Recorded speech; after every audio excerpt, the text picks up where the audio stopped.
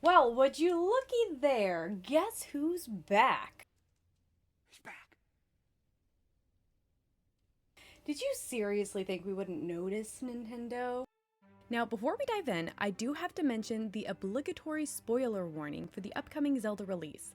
I will not be showing or mentioning anything from leaks, only what has been officially released by Nintendo via their website, trailers, and Nintendo-approved previews and demos. There will also be some story spoilers for the Minish Cap and the Four Swords games.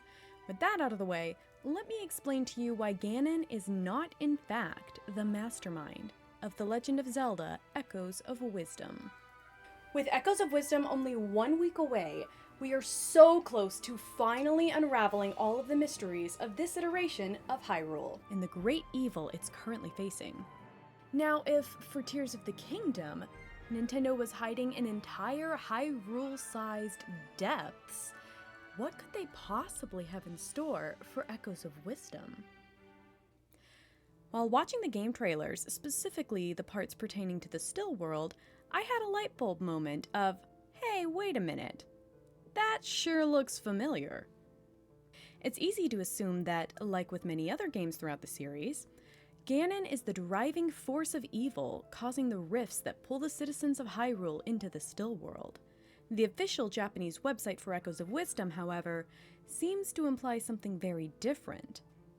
In the introduction for Ganon, it states that while he seems to have something to do with the rifts popping up around Hyrule, there is likely more to this story than we are initially led to believe. But this then begs the question, if Ganon wasn't the evil causing the rifts between Hyrule and the still world, then who is? There's a great video by Zeltic explaining the full story of Vaati the Wind Mage that I've linked in the description, but I'll do my best to summarize it here. Vaati was born a Minish, a race of tiny mouse-like creatures who once lived undetected by the people of Hyrule, only being visible to those who are pure of heart, such as children.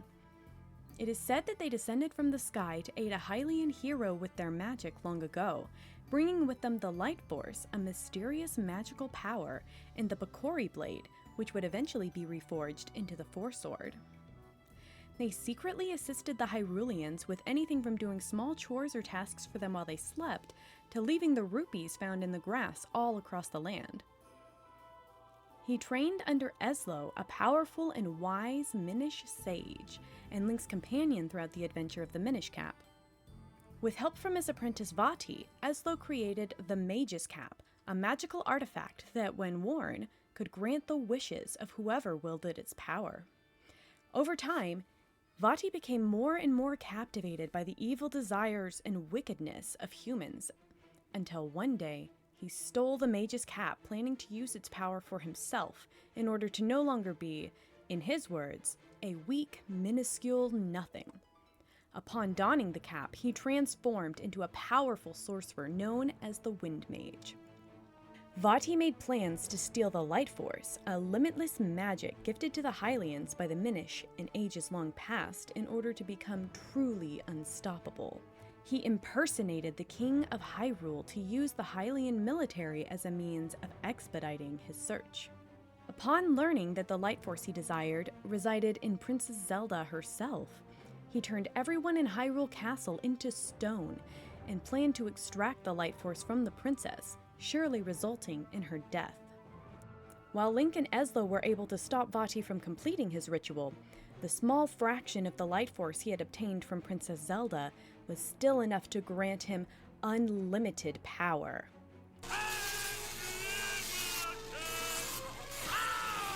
He then transformed yet again, first into a mighty wizard known as Vaati Reborn.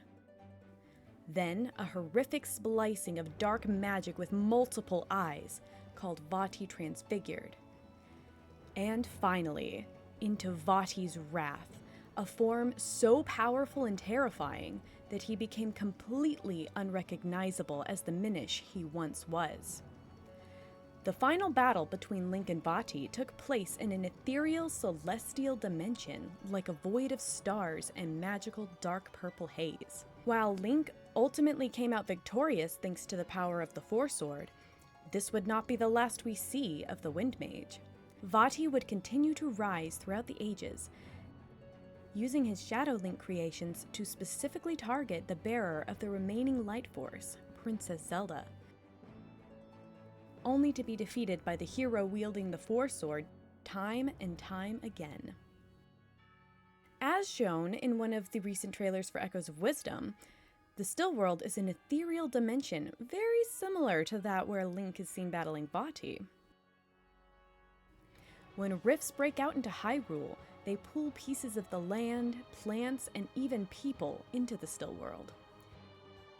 People who are sucked into these rifts appear as though they are being turned into stone and become frozen within the purple void.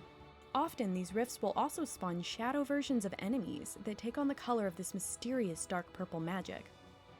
We can also see a similar purple haze surrounding Link and Ganon on the game's official art, as well as the version of Link that is seen in the first dungeon of the game, where Zelda obtains the mysterious sword and her sword fighter form ability. Speaking of the mysterious sword, it's interesting to note that when taking on the sword fighter form, Zelda seems to harness some of Link's essence, or a copy form of him. Similar to how the Bakori blade, and eventually the Force Sword, are seen to be able to multiply and separate Link's essence. Is it possible these blades could be made from a similar magic, or even be one and the same? In the opening parts of the game, as shown in some of the previews, Zelda, having been blamed for the appearance of the rifts, is imprisoned and scheduled for execution by the King of Hyrule. It would of course be uncharacteristic of the king to order the death of his own daughter, unless of course he is under the influence of some dark magic or in fact an imposter. This, as we know, would not be the first time that Vaati has impersonated the King of Hyrule in order to get his hands on Princess Zelda's power. The execution sentence could also easily be a cover for yet another ritual for Vaati to finally obtain the last of Zelda's light force for himself. With Vaati's known affinity for turning his victims into stone, it would also explain why the rifts seem to do just that upon contact with humans. The Shadow monsters too have an eerie similarity to the Shadow Link enemies Vaati has been known to summon on multiple occasions. Even the version of Link that Zelda must battle in order to obtain the mysterious sword is reminiscent of a Shadow Link, as he is surrounded by the purple haze and disappears into a dark smoke once defeated. Another thing worth noting is the fact that in Four Swords Adventures, Ganon is revealed to be the true villain of the game despite Link chasing after Vaati initially throughout the story. Seeing as Echoes of Wisdom deliberately reverses the traditional roles of Link and Zelda, it makes perfect sense that Nintendo would do the same with their antagonists, leaving Vaati to be the one revealed as the game's secret final boss. Vaati is an incredibly powerful sorcerer, almost akin to a force of nature. He is seen time after time to specifically target Princess Zelda, his cunning and wit being the perfect foil to her wisdom as Ganon's strength has been to Link's courage throughout the years. With all the evidence provided, I believe it's quite clear who is truly pulling the strings in the latest entry of the Legend of Zelda franchise, and this time, it's not Ganon. No. Vaati has returned, and this time he is stronger than ever, not only coming for the princess, but engulfing the entire kingdom in his darkness, pulling every plant, animal, and Hyrulean citizen into his celestial void until none remain to challenge his rule. Or Nintendo just wants to introduce a brand new villain without some complicated multi-game spanning master plan. Who knows? But what do y'all think? Do you agree that the signs are clear of Vaati's imminent return? Or is there a new evil lurking on the horizon?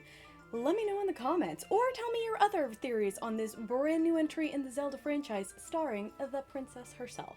Until we meet again, may the goddess smile upon you.